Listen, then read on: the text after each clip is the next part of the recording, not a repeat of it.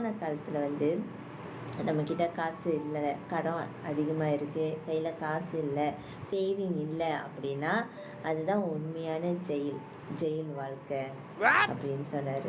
சிக்கிக்கிட்டோம் அந்த ஜெயில் வாழ்க்கையில். அதாவது நம்மளுக்கு வந்து வயசாச்சு, வேலையும் செய்ய முடியாது, யாரும் வேலையும் கொடுக்க போகிறதில்ல. அந்த டைமில் ஸ்டில் நம்மளுக்கு வந்து கடன்கள் இருந்துச்சுன்னா, இல்லை நம்மளுக்கு சேவிங்கும் இல்லைன்னா அதுதான் என்ன சொல்லுவாங்க, ஜெயில் வாழ்க்கை அப்படின்னு சொல்லிட்டு. ஸோ அந்த மாதிரி ஒரு வாழ்க்கையில் நம்ம இருக்கக்கூடாதுங்க. இப்போ இருந்தே நம்ம வந்து சுதாரிச்சுக்கணும். இப்போவே நம்ம வந்து முழிச்சுக்கணும்.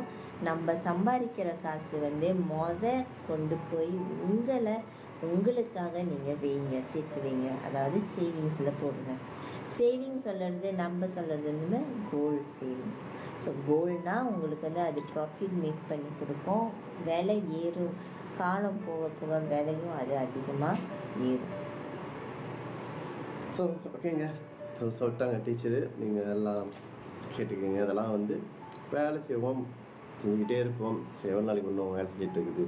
60 வயசு வரைக்கும் நம்ம வேலை செஞ்சுட்டு இருக்க முடியுமா? ஸோ இப்போ தான் நம்ம ஃப்ரீ லைஃப் போகிறோம்னா இந்த மாதிரி இப்பயே கொஞ்சம் கொஞ்சமாக சேமிப் பண்ணி வச்சுக்க வேண்டியதான். ஸோ அந்த டைமுக்கு வந்துச்சுன்னா என்ன செய்யணும்? வெளியூர் சுற்றி பார்க்கணும். இந்த கோலை வச்சு கோல்டு வச்சு நம்ம வந்து மாற்றி கேஷை நம்ம மாற்றிட்டு நம்ம வெளியூர் போகலாம். நம்ம இப்போ இந்தியாவுக்கு போகிறீங்களா, ஸ்ரீலங்கா போகிறீங்களா, யூகே போகிறீங்களா, இந்த காசு பயன்படுத்தி போகலாங்க. ஏன்னா அந்த டைமில் வந்து நம்ம காசாக நீங்கள் சேமித்து வச்சிங்கன்னா ஒரு விஷயம் வந்து காசோட வேல்யூ ட்ராப் ஆகிட்டே போகும்.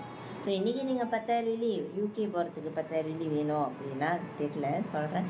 யூகே போகிறதுக்கு 10,000 வெள்ளி ஓகே, சும்மா பக்கத்துலேயே எங்கேனாச்சும் நாடு, ஆமாம் ஸோ பக்கத்துலேயே ஏதாச்சும் ஒரு நாடு எடுத்துக்கோமே. 10,000 வெள்ளி வேணும் நம்மளுக்குன்னா இப்போ நீங்கள் சேர்த்து வைக்கிறீங்க 10,000 வெள்ளி. இன்னும் ஒரு 2-3 வருஷத்தில் பாருங்கள் 10,000 வெள்ளியோட வேல்யூ வந்து 8,000 வெள்ளி மாதிரி மாறிடும்.